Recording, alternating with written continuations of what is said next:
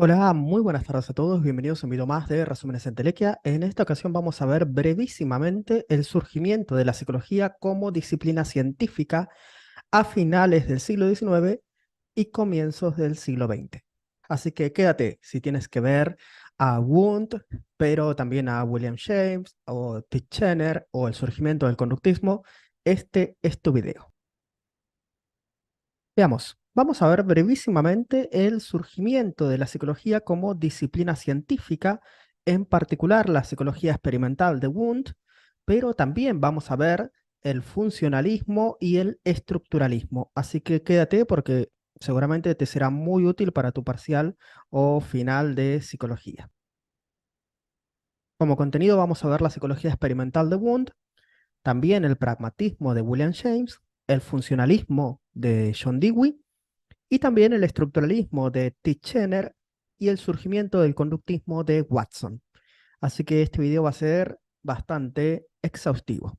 Vamos a ver todo el surgimiento de la psicología como disciplina científica entre finales del XIX, aproximadamente 1880, y comienzos del siglo XX, 1910, 1920.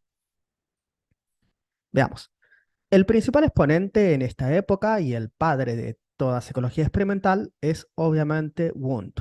Wundt es el fundador del primer laboratorio de psicología experimental en Leipzig. Estudió los tiempos de reacción frente a diferentes estímulos sensoriales, ya sean estos visuales, auditivos y demás. Dividió su campo de estudios en la percepción o estímulo simple, la apercepción, que es la reacción del sujeto frente al estímulo percibido, y la voluntad de reacción, es decir, la reacción frente a dicho estímulo. Su metodología era la introspección, que ya se veremos que se repite en el funcionalismo y en el estructuralismo, y consiste fundamentalmente en que una persona experimentada pueda volcar el contenido de su conciencia. Es decir, un estudiante de psicología o un investigador que sea partícipe del experimento pueda responder cuánto tiempo tarda en percibir un estímulo, qué estímulo se está percibiendo, cuáles son los elementos, etcétera. Obviamente esto es un método subjetivo, que es lo que va a criticar Watson en su día. El contexto teórico. Vamos, Wundt desarrolla su psicología experimental en Alemania, pero luego el funcionalismo y el estructuralismo se da en Estados Unidos. Y en Estados Unidos había una serie de teorías psicológicas previas a la psicología experimental de Wundt. Teníamos la filosofía del sentido común o common sense, que viene de la escuela escocesa, la psicología de las facultades, según la cual cada proceso psicológico tiene una función, el positivismo, que es el análisis empírico de los fenómenos siguiendo una metodología de las ciencias duras, como las ciencias naturales, basadas en la modelización y la estadística en busca de leyes universales, y obviamente tenía una fuerte influencia la teoría de la evolución, según la cual Darwin había postulado que los individuos que mejor se adapten al medio serían aquellos que sobrevivirían. Otras teorías en boga en el siglo XIX o finales del mismo era obviamente el pragmatismo, que postulaba, esta sí, una filosofía propiamente americana, desarrollada precisamente por William James y Charles Sanders Peirce. Consideraba que el único criterio de verdad es la utilidad, es decir, las creencias que se correspondían con la realidad, es decir, que encontraban una utilidad práctica, eran verdaderas, y las creencias que no encontraban su utilidad práctica eran falsas. Esto se llamó el Círculo Metafísico de Cambridge o Club Metafísico de Cambridge, que era un club formado por William James, John Dewey y Charles Sanders Peirce. Metafísico es irónico, obviamente, porque estaban en contra de las ideas metafísicas. Y también era de gran influencia, por ejemplo, las ideas de Francis Galton, que era un psicólogo precursor de la psicología evolucionista. Nunca confundan psicología evolutiva con evolucionista. Psicología evolutiva es la de Jean Piaget y estudia la evolución del desarrollo del individuo, y la evolucionista estudia la relación de la psicología con el desarrollo de la especie. Bueno, Galton fue primo de Darwin y famoso por intentar demostrar la heredabilidad de las facultades intelectuales, es decir, que uno pudiera pasar generación tras generación sus capacidades intelectuales. Ahora bien, ¿cuál era el contexto sociohistórico, es decir, el contexto estadounidense justo en estas fechas, 1880, 1920.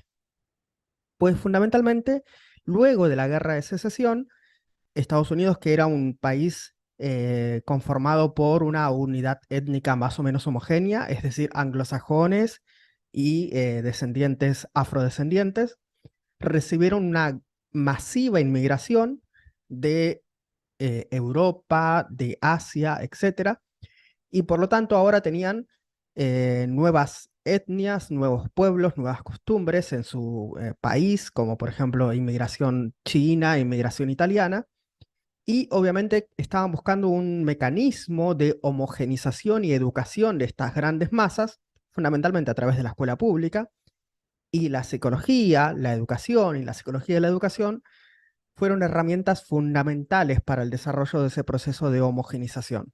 O sea, la psicología surgió pragmáticamente, no surgió como una teoría in abstracto, una teoría filosófica o ciencia pura, sino como una teoría a ser aplicada inmediatamente.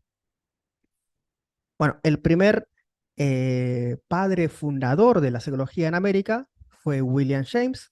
Él había estudiado fisiología, pero también le había interesado mucho la filosofía y obviamente desarrolló en base a una psicología experimental, por así decirse, fisiológica, estudiando las funciones que cumplen los procesos mentales, es decir, cómo estos procesos mentales nos ayudan a adaptarnos al medio social. Fue crítico de la psicología experimental de Wundt. De hecho, dice que es una micropsicología que solamente hace un labor de registro de datos, como si fuera un prisma, el péndulo, el cronógrafo, y que obviamente eso es un oficio no propio de caballeros. Bueno, William James publica Principios de Psicología en 1890, el cual vendría a ser, por así decirse, el primer manual para psicólogos, es decir, se estaba fundando los departamentos de psicología y diversos, por así decirse, laboratorios de psicología en las distintas universidades y por tanto necesitarían una forma de formar y por tanto tendrían que formar a los nuevos psicólogos. Obviamente es un libro monumental en 2 tomos, en los cuales hay una gran cantidad de datos, observaciones y análisis, y se describe el flujo de conciencia, la teoría del yo y la teoría periférica de las emociones, que son 3 motivos por los cuales James es fundamentalmente recordado. Vamos a ver brevemente ellos. Fundamentalmente todo pensamiento es personal. El pensamiento siempre está en constante transformación de un objeto de pensamiento a otro y el pensamiento es un flujo continuo. El pensamiento siempre está relacionado a objetos y en particular a unos objetos y no a otros y a unas cualidades de dichos objetos y no a otros. Es decir, siempre se centra en algo en específico. Respecto de la teoría del yo o del self, el pensamiento es personal y obviamente se aboca a la propia conciencia y en ese caso se relaciona con lo que uno es, con lo que uno posee y ha logrado en la vida y los roles y funciones sociales que uno ascribe, los cuales obviamente son varios en la vida de cada persona. Siempre que se juntan 2 personas, decía James, hay 6 personas, es decir, el concepto que tenemos de nosotros mismos y del otro y el concepto que el otro tiene de nosotros mismos. También desarrolló la teoría periférica de las emociones, según el sentido común, lloramos porque estamos tristes, pero él tal vez se plantea que tal vez estamos tristes porque lloramos. Es decir, que las emociones no es el reflejo de nuestra condición fisiológica, sino una reacción fisiológica frente a un estímulo externo, lo que genera nuestras emociones.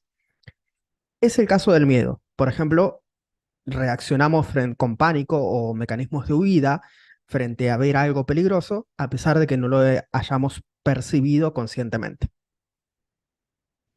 Después tenemos los postulados contrarios, que son los de Titchener o el estructuralismo, el cual no estaba preocupado en lo absoluto por las funciones y mucho menos por las funciones sociales, sino que la psicología considera que es una ciencia pura, una ciencia como la física, y que debe estudiar las estructuras mentales. Obviamente continuador del trabajo de Wundt y de la psicología experimental basada en la introspección, pero aplicado en América, y llevó a cabo más de 44.000 experimentos sobre percepción y sobre, por ejemplo, estos trampas visuales que son tan famosas hoy en día. Considera que la psicología es una ciencia natural. ¿Cuál es el objeto y el método de estudio de la psicología? El objeto es el análisis, es decir, descomponer los fenómenos complejos hasta encontrar los elementos más simples. La síntesis, ver cómo estos elementos están relacionados bajo determinadas leyes o estructuras. Y la explicación, es decir, qué procesos fisiológicos o cerebrales pueden explicar el funcionamiento de dichas estructuras. Por lo tanto, la psicología estudia sensaciones, imágenes y emociones. Las sensaciones son provenientes de los sentidos, los 5 sentidos y la sinestésica, o sea, la propia percepción del cuerpo. Las imágenes pueden ser obviamente mentales respecto del pasado o estímulos que hemos percibido anteriormente, sus anticipaciones respecto del futuro. Y emociones que pueden ser agradables o desagradables, y para él son de 4 tipos: amor, odio, alegría y tristeza, las cuales disminuyen proporcionalmente cuanto más se alejan en el tiempo del estímulo que las originó. Tanto sensaciones, imágenes como emociones pueden tener atributos específicos, una intensidad, duración y claridad. Aunque dice que las emociones no son tan claras porque cuantos más pensamos en ellos, más oscuras se vuelven. Todas ellas constituyen el contenido de la mente en su totalidad y de la conciencia específica, o sea, el pensamiento, el de aquí y ahora. Después tenemos a John Dewey, que fue funcionalista y adhirió a los postulados pragmáticos, en particular a lo que él llamó instrumentalismo, es decir, que toda teoría debía ser validada por su puesta en práctica. Estudió los procesos mentales y del aprendizaje. Fue el fundador de lo que se llama activismo educativo, o en Latinoamérica Escuela Nueva, aprender haciendo, y la educación debía servir para integrarse a la sociedad y lograr una sociedad más abierta y democrática.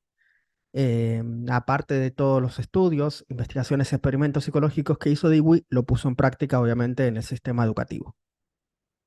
¿Cuál es la disputa funcionalismo-estructuralismo? Pues fundamentalmente se opone la idea de elemento y función. Elemento sería una especie de reduccionismo para los funcionalistas, y la función sería una especie de, por así decirse, generalización apresurada por parte de los estructuralistas, que consideran que la función no debe ser estudiada por la psicología, sino las meras estructuras mentales. De todos modos, estos debates, que nos parecen un poco arcaicos y rancios, así quedaron porque en 1913 Watson publica La psicología desde el punto de vista de un conductista, dejando atrás la psicología experimental alemana de Wundt y cualquier psicología basada en la introspección, considerándola subjetiva. Es decir, siempre se dependía de cómo experimentase subjetivamente el sujeto a experimento. Es decir, cómo volcase lo que llegaba a su conciencia.